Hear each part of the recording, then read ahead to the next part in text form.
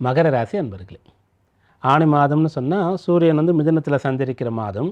இது வந்து 6ஆம் இடமாக உங்களுக்கு வருகின்றது. அப்போது 6ஆம் இடம்னு சொன்னால் மறைவிடங்களில் பிரதானமான இடமாக இருக்கிறது. அங்கே போய் சூரியன் மறைஞ்சிட்டாரே அப்படின்னு நம்ம சிந்திக்க வேண்டிய அவசியம் இல்லை. சூரியன் வந்து இயற்கை அசுப கிரகங்கள் வரிசையில் வருவார்.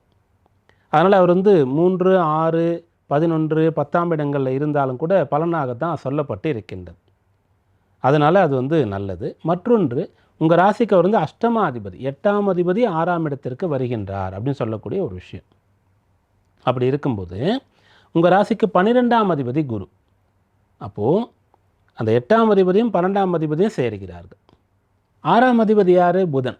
அந்த 6ஆம் இடத்துல சேர்றாங்க, புதனும் சேர்ந்துருக்கார். மகர ராசிக்கு 6ஆம் அதிபதி புதன், அஷ்டமாதிபதி சூரியன், 12ஆம் விரையாதிபதி குரு. இவங்க 3 பேரும் சேர்ந்திருக்கிறார்கள். 6, 8, 12ஆம் இடங்களுடைய அந்த தொடர்பு ஏற்பட்டிருந்தால், ஏதாவது ஒரு வகையில் பரிவர்த்தனையோ சேர்ந்து இருக்கிறதோ, இப்படி நிறைய வகையில் அதுக்கு தொடர்பு ஏற்படக்கூடிய அம்சம் அது நேரடியாகவே சேர்ந்து இருக்கிறது. இது வந்து விபரீத ராஜ யோகம்னு சொல்லி ஜோதிட சாஸ்திரம் வந்து வர்ணிக்கின்றது, மிக உயர்வாக விசேஷமாக சொல்கின்றது.